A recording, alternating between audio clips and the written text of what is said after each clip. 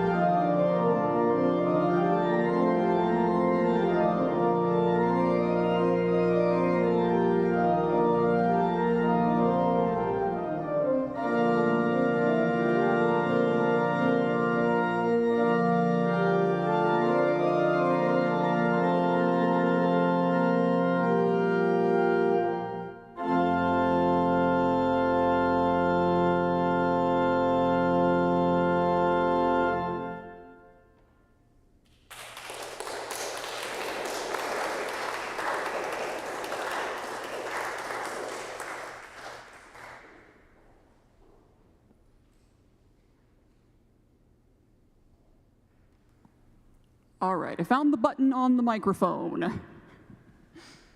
Good evening, welcome to this evening's concert at First Presbyterian Church Evansville. I'm so grateful for those of you who have come out in person. I'm grateful for those who are watching online. And the first piece that you've just heard is by Claudio Merlo. And unless you're an organ geek like me, you've probably not heard that name before, and that's perfectly fine. Often the composers we think of for Italian classical music is from like the Renaissance and the Baroque era. Think of like Palestrina or Monteverdi, maybe even Vivaldi's Four Seasons. That's a really popular one. But Claudio Merlo was a mid to late 16th century composer, so Renaissance period, and he served in this coveted and prestigious post at St. Mark's Cathedral in Venice. And this particular style of toccata that I just played in Italian is called durezze e ligature, and it basically just means that there are some sections that are more free, have these very quick flourishes and runs, and some that are a little bit more stable, what we would almost call like hymn-like, and they tend to stay a little bit more stable in terms of their tempo. The next piece that I'm going to be playing is by J.S. Bach, and I should mention that when I was thinking about designing this program, I'm someone that, as I've been going through my doctoral program, I enjoy picking out works that are either by underrepresented composers or works by well-known composers that are maybe not often played. And of course, the Bach falls into the latter category. So this Bach piece, Wir glauben all an einen Gott, which translates to We all believe in one God, comes from Bach's Klavierübung 3, which is a collection of organ works that was completed later in J.S. Bach's career as a musician, published in 1739, whereas he passed away in 1750. So later in his work. And ultimately, that collection represents a good number of the ideas that are present in the Lutheran Catechism.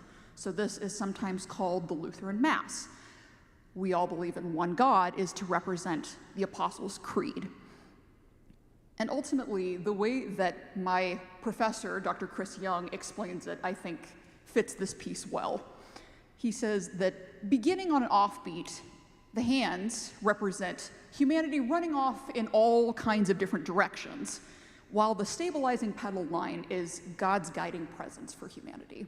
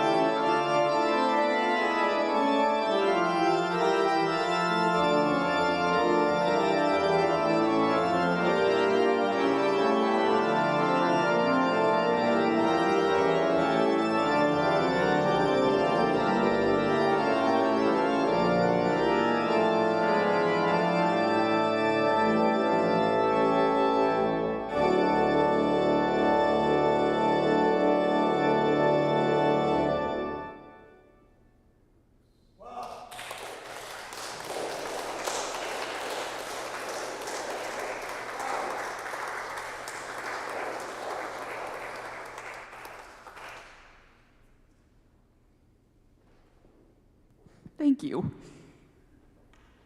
Okay, this next piece is by Anthony van Noort, and he's a Dutch composer and organist. A lot of my early program is early music, and then suddenly we jump from Van Noort to Vierne, who is a Romantic era, or kind of 19th and 20th century composer. So the reason why I programmed Anthony van Noort is because my husband and I are both from South Central Iowa, from a Dutch-American settlement called Pella, and there's a Tulip Time Festival there. We have this rich history of Dutch blood in our genealogy, and I feel that I have this connection to the Netherlands because it was the first place that I was able to give an international recital. So that was my international debut, was in the Netherlands. And what to know about Anthony van Noort and the background that he comes from is that, Presbyterianism is obviously a form of Protestantism. And in the Netherlands, their form of Protestantism was Calvinism, specifically kind of the Reformed denomination. And ultimately, during the time period of Anthony van Noort, which is later than Merelot, but earlier than Bach, it was forbidden for any instrument to be used in church. People could sing the Psalms from the Genevan Psalter, but the organ could not be used during the service. And so what often organists would do, like Anthony van Noort and like Jan Sweelinck, others that are in this tradition, is that they would improvise on these Genevan Psalter tunes before or after the service, so they could get away with still featuring their music without it actually interrupting what was kind of decreed as proper within Dutch Calvinism.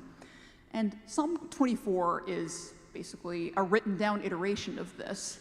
Psalm 24, ultimately this tune that you're going to be hearing is by Claude Gaudemel, who was part of the group of men who were creating the Genevan Psalter. And so originally this tune is in French because Geneva is in Switzerland, or the French-speaking part of Switzerland.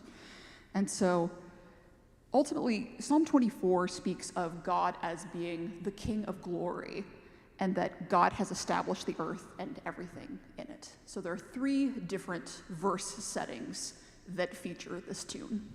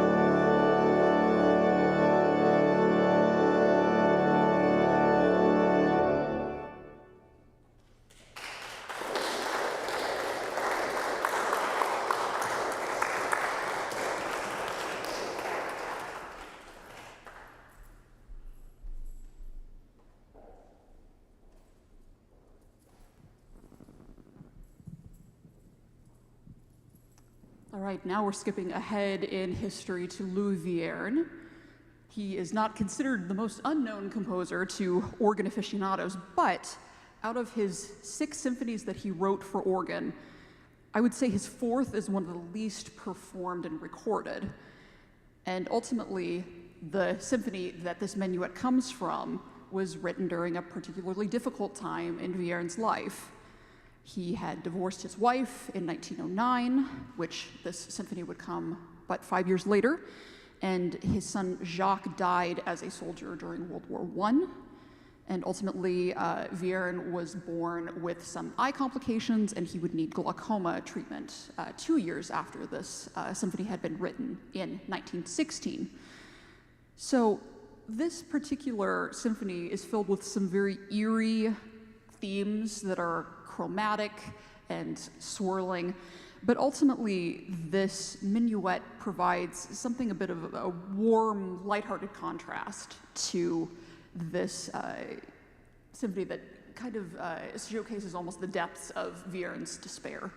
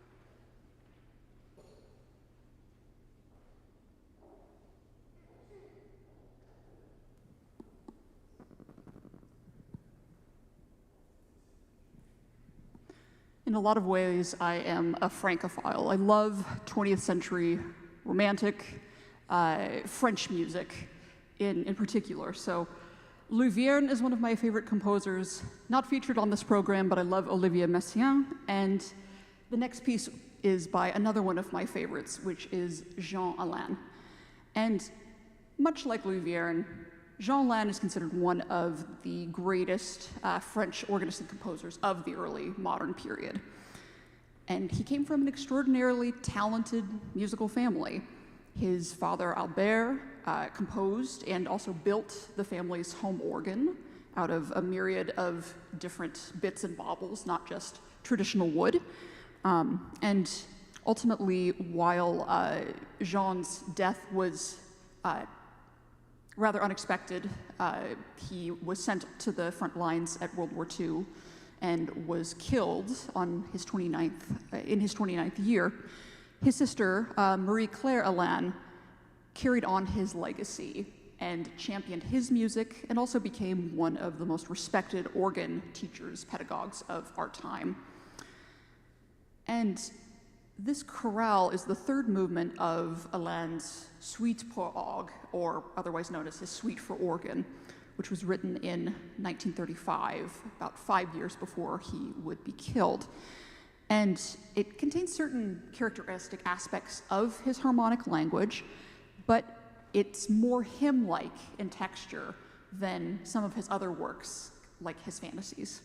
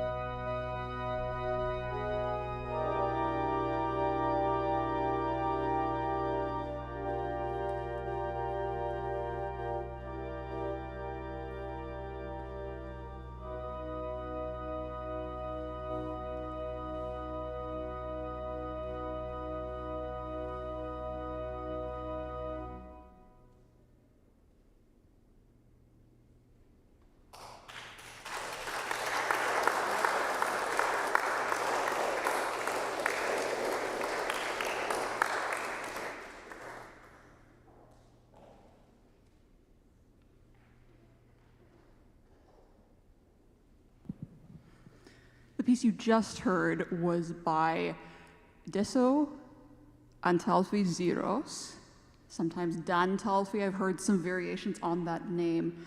And coming into graduate school, I was not familiar with this composer's name at all, hence why I wanted to represent his music in particular.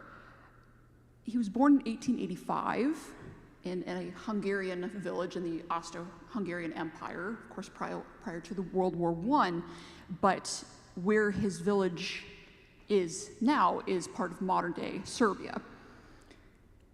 Ultimately, he would come to the United States. He first worked in Budapest in Hungary, and he was on tour in the United States and was invited briefly to teach at the Eastman School of Music up in New York State, in Rochester.